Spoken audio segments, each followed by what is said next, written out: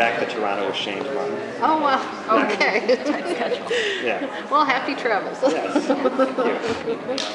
Yeah, it was good though. My sister lives in Chicago, so I was able to see her. And, you know. I got to talk to you at San Diego Yeah. Comic-Con the last couple of times, and both times you stuck with, you have a 3-year plan. So now that you're facing the possibility of the 3rd year, are you still in your 3-year plan mode, or is ideas starting to come now for? I'm still in that mode. There has been a change, you know, that's had to do with some of the things that, like, you know, the network wants, and that I think will prevent me from doing the full completion of my 3-year plan that in the way that I had planned it. But the big pieces I think will still be there. Yeah. And if the network did come along in May and say, that's it, you're done now, would the finale be satisfying enough? Yeah, I always do that. I always do that. I would never leave with, on any show I've ever done, would leave with a cliffhanger that would leave people going out of their minds if they didn't find out, you know.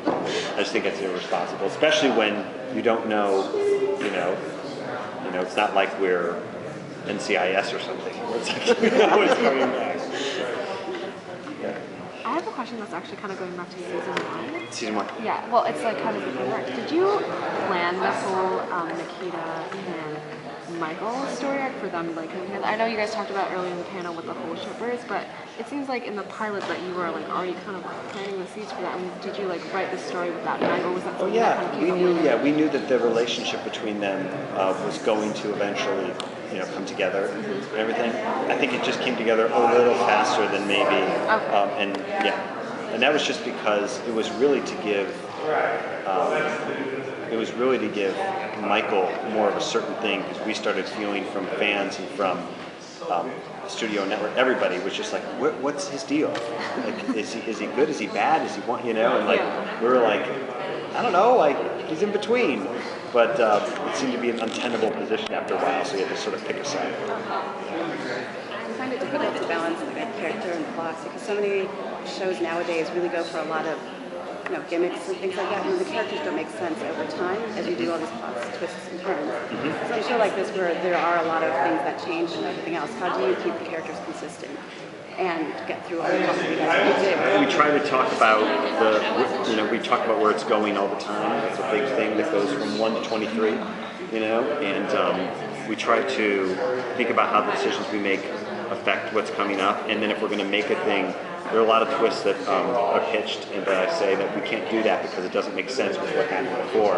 I'm kind of a stickler about that. I want to be able to explain to someone how, you know, if someone was good all the way and then they're suddenly bad, but then they had this scene by themselves a few episodes when they were good. Like, well, who were they fooling in this?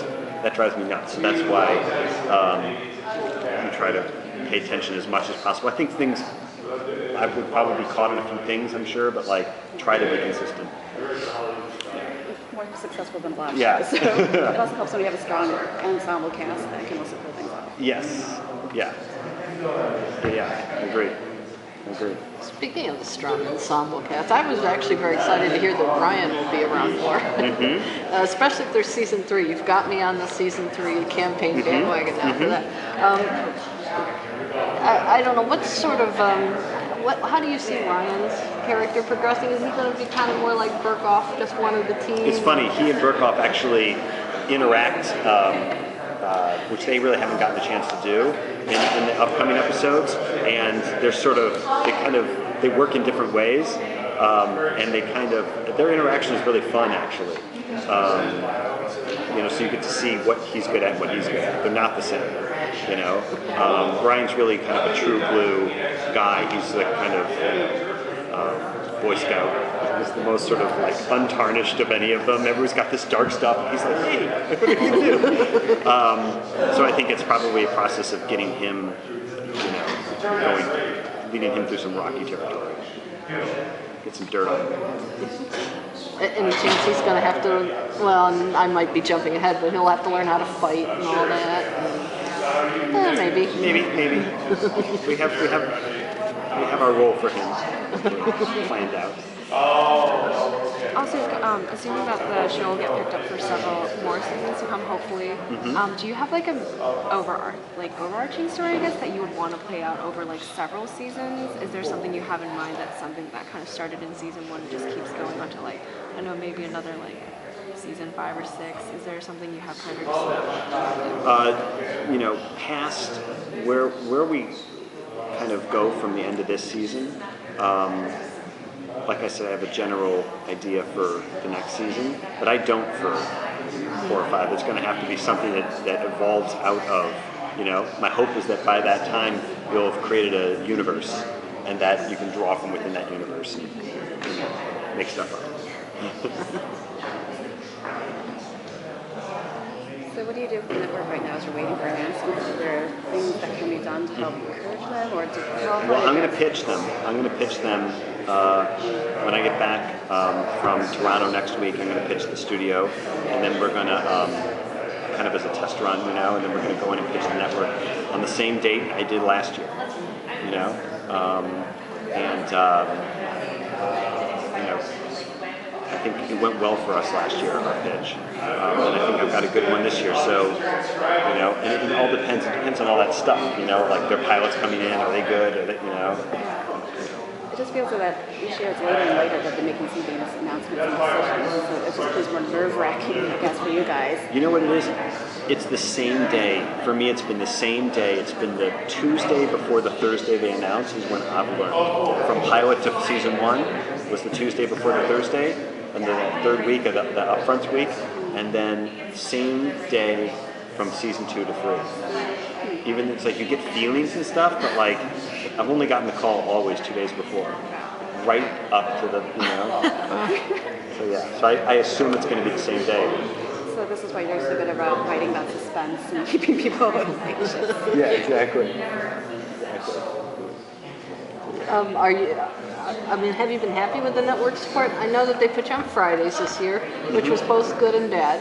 Yeah, it was good. I mean, the only thing, you know, I wish that we were. I wish that Supernatural was first. We were second, so we had them as, you know. I'm not sure. I mean, I don't know how to program, you know, or anything, but like I feel like that probably would have been, because I don't think they would have lost any audience, you know. But I'm sure they've got their, you know, their reasons. But if I was doing it, if we kept on the same night, I would switch it. It's my pitch.